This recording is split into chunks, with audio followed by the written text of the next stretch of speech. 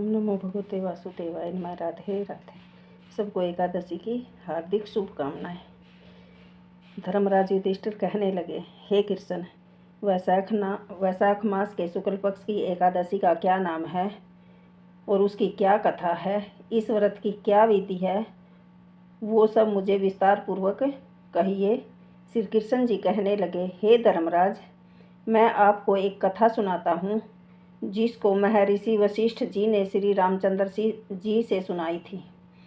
एक समय श्री रामचंद्र जी बोले, हे गुरुदेव, कोई ऐसा व्रत बताइए जिससे सारे पाप और दुख नष्ट हो जाएं। मैंने सीता जी के वियोग से बहुत दुख भोगे हैं। आप कोई ऐसा व्रत बताइए जिससे मेरे सारे दुख और शोक नाश को प्राप्त हो जाएं। महर्षि वशिष्ठ बोले, हे राम, आपने बहुत सुंदर प्रश्न किया है। आपकी बुद्धि अत्यंत शुद्ध और पवित्र है। यद्यपि आपके नाम का स्मरण करने से ही मनुष्य पवित्र और शुद्ध हो जाता है, तो भी आपका यह प्रश्न लोक हित के लिए बहुत ही सुंदर है। वैशाख मास में जो एकादशी आती है उसका नाम मोहिनी एकादशी है। इस एकादशी का व्रत करने से मनुष्य सब पाप और दुखों से छूटकर मोह जाल से मुक्त हो जाता है। यह व्रत मनुष्य को अवश्य करना चाहिए। इससे मनुष्य के सब पाप और दुख नाश को प्राप्त हो जाते हैं। अब आप इसकी कथा एकाचित होकर ध्यानपूर्वक सुनो। सरस्वती नदी के किनारे भद्रावती नामक एक नगरी थी। वहाँ पर द्युतिमान नामक चंद्रवंशी राजा राज्य करता था। इस नगरी में धन धान्य से पूर्ण पुण्यवान धनपाल नामक एक वैश्य भी रहता था। वह अत्यंत धर्मात्मा एवं विष्णु भगत था।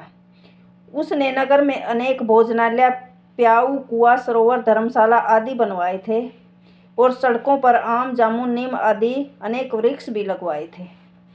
उस वैश्य के 5 पुत्र थे, सुमना, सद्बुद्धि, मेधावी, सुकृति और दृष्ट बुद्धि। इनमें से दृष्ट बुद्धि वाला 5वां पुत्र बहुत महापापी था। वह पितर आदि को भी नहीं मानता था। वह वेश्या और दुराचारी मनुष्यों की संगति में रहकर जुआ खेलता था, पर स्त्रियों के साथ भोग विलास करता था, मद्य मांस का सेवन भी करता था। इससे अतिरिक्त अन्य अनेक कुकर्मों से भी वह अपने पिता के धन को नष्ट करता था। वेश्याओं के साथ उनके गले में हाथ डालकर फिरता रहता था। इन कारणों से उसके पिता, भाइयों तथा कुटुंबियों ने उसको घर से निकाल दिया। उसकी निंदा करने लगे।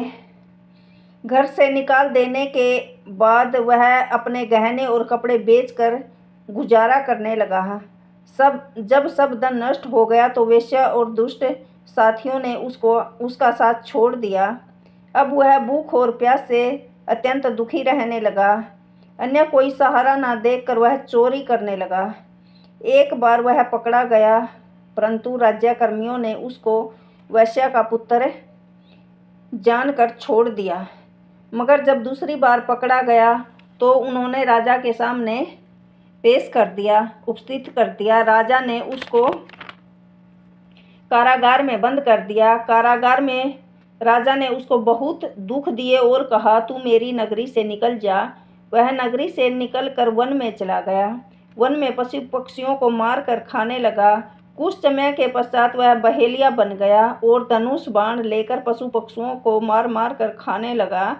एक दिन वह भूख और प्यास से दुखी होकर खाने की खोज में फिर रहा था। कौंडिन्य ऋषि के आश्रम पर पहुंच गया।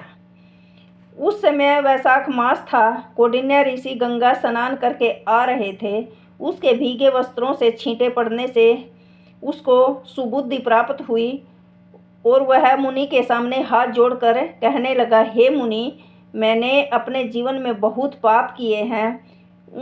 आप उन पापों से छूटने का कोई साधारण और बिना धन का उपाय बताइए।